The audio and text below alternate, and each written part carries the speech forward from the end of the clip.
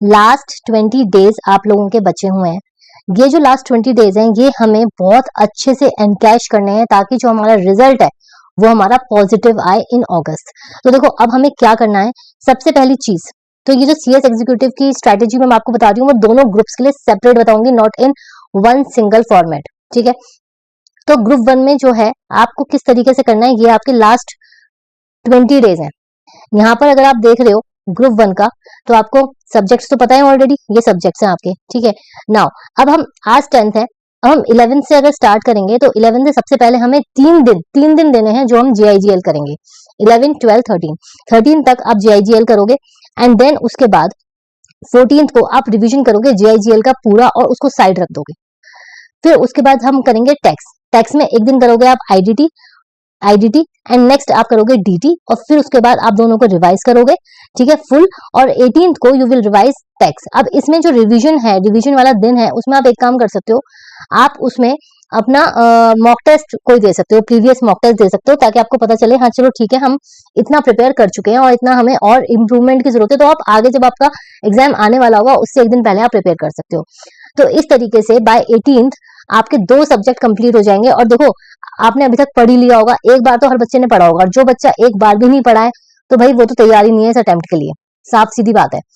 अब जो बच्चा अच्छे से प्रिपेयर कर चुका है वो 3 दिन में क्यों नहीं कर पाएगा। 3 दिन दिए मैंने आपको एक सब्जेक्ट के लिए, आप उसको बाइफरकेट करो और उस तरीके से प्रिपेयर करो। फिर उसके बाद आपका डीटी हो गया, रिवीजन हो गया, उसके बाद आपको सीएल करना है। आपको सीएल का एक दिन पार्ट ए रिवाइज करना है, फिर नेक्स्ट डे आपको पार्ट बी रिवाइज करना है and then part C revise करना है। ठीक है, जो कि बहुत ही लिमिटेड और बहुत ही कंसोलिडेटेड वे में आप कर सकते हो। 22nd को you will revise whole company law. तो इस तरीके से आपका तीसरा भी सब्जेक्ट रिवाइज हो जाएगा। देन पार्ट एसबीसी आप स्टार्ट करोगे, उसका भी part A, part B, part C मैंने 3 दिन में डिवाइड करा है। 26 को यू विल रिवाइज और इस तरीके से आपके चारों सब्जेक्ट कंप्लीट हो जाएंगे बाय 26, मतलब आपका एक फुल रिवीजन बाय 26 रिवाइज हो जाएगा।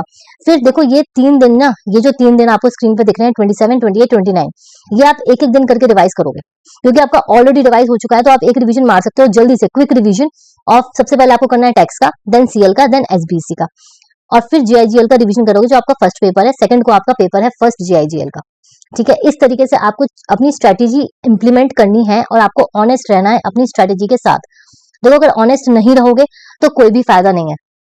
मेरे जितने भी स्टूडेंट्स हैं उनका तो मैंने सिलेबस कब का खत्म करा चुका है और फिर अब वो सिर्फ और सिर्फ रिवीजन कर रहे हैं। रिवीजन बहुत इंपॉर्टेंट होता है, तभी आप रिकॉल कर पाओगे एग्जाम टाइम में, एग्जाम सेंटर पे बैठे हुए, तभी आप रिकॉल कर पाओगे अगर आपको क्लैरिटी होगी हर एक चीज की।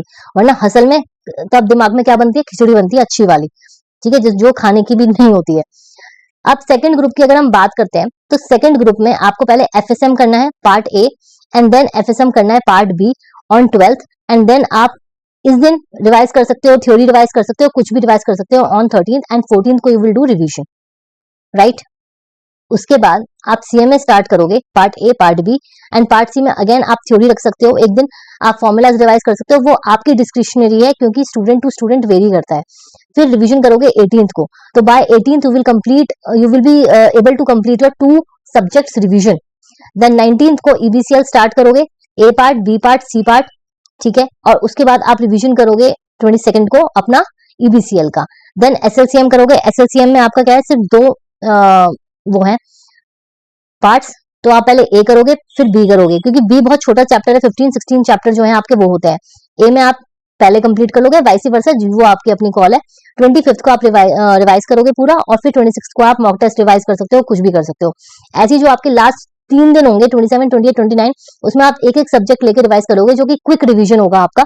आपको इसमें बेसिकली करना क्या है, जो आपके पास्ट ईयर क्वेश्चन पेपर्स हैं या अगर आपने स्कैनर्स ले रखे हैं तो आप वो स्कैनर्स लो और फटाफट क्विकली एक दिन बैठो, एफएसएम कर दो, फिर बीसीएल, फिर एसएलसीएम, और फिर जो आपके 3 दिन बचेंगे उसमें आप जो आपका फर्स्ट पेपर है सीएमए वो आप कंप्लीट करोगे।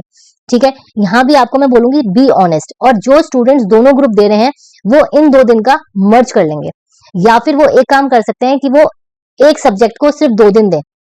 ठीक है, जैसे यहाँ पे मैंने 3 दिन दिए हैं बिकॉज खुला खुला काम करना है, अच्छे से रिवाइज करना है, तो मैंने 3 दिन दिए। आप क्या कर सकते हो, आप 2 दिन में भी उस चीज को कंप्लीट कर सकते हो। ठीक है, अब देखो ये आपका पूरी स्ट्रेटेजी है जो मैंने ग्रुप वाइज आपको एक्सप्लेन कर दी है, ग्रुप 1 एंड ग्रुप 2। 20 डेज का ये फुल रिवीजन है।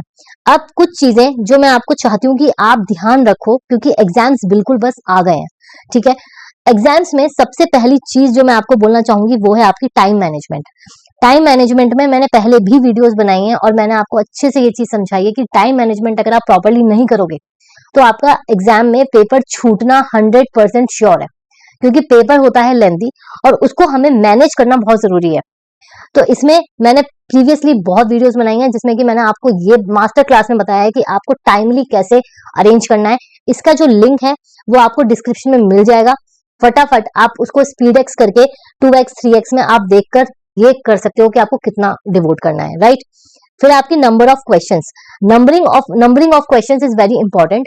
सबसे पहले you have to start with the question which you have thoroughly revised. ये वो टॉपिक जो आपको अच्छे से आता है, जिसमें आप कॉन्फिडेंट हो, प्लीज उस क्वेश्चन को पहले अटेम्प्ट करें, क्योंकि presentation is most important.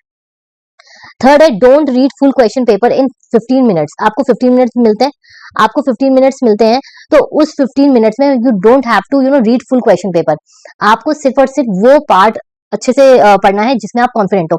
Like for example, आप अगर कंपनी लॉ कर रहे हो, कंपनी लॉ में से फॉर एग्जांपल आपका पार्ट भी बहुत अच्छे से प्रिपेयर्ड है, आपको उस पर कॉन्फिडेंस है, तो start with your part B. ऐसा कुछ भी नहीं है कि आपको क्वेश्चन नंबर 1 से ही स्टार्ट करना है, क्वेश्चन नंबर 6 पे एंड करना है, ऐसा कुछ भी नहीं है। You can start from any question. Presentation और एक होता है ना कि आपको अच्छे, सबसे इंपॉर्टेंट यही होता है बेटा कि अगर आप पहला अच्छा अटेम्प्ट करोगे तो एक इमेज बन जाती है कि हाँ इस स्टूडेंट को अच्छा आता है, अच्छा, तो उसकी मार्किंग उस हिसाब से होती है, क्योंकि उनके पास बहुत सारी कॉपीज होती है चेक करने के लिए। Now there is no time to give empty.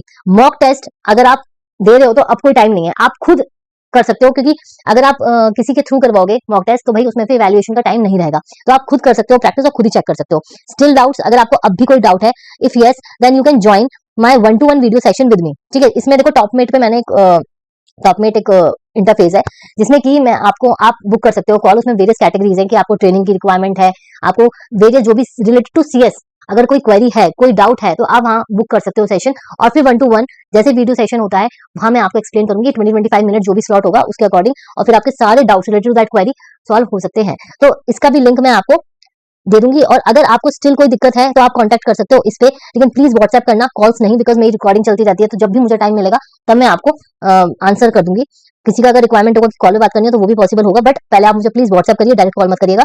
ये मेरा कॉन्टैक्ट नंबर है, ओके। और देखो 20 डेज है, मैं आपसे यही बोलूंगी कि प्लीज 20 डेज में जितना हो सकता है उतना प्रोडक्टिवली अपना टाइम यूटिलाइज करके बस दिमाग में ये सोचो कि भाई मुझे किसी भी तरीके से बस इस चीज से बाहर निकलना है और मुझे क्लियर करना है, चाहे आपके कितने भी अटेम्प्ट हो चुके हो, उससे कोई मैटर नहीं करता, रात गई बात गई, बस अब फोकस करो, ठीक है।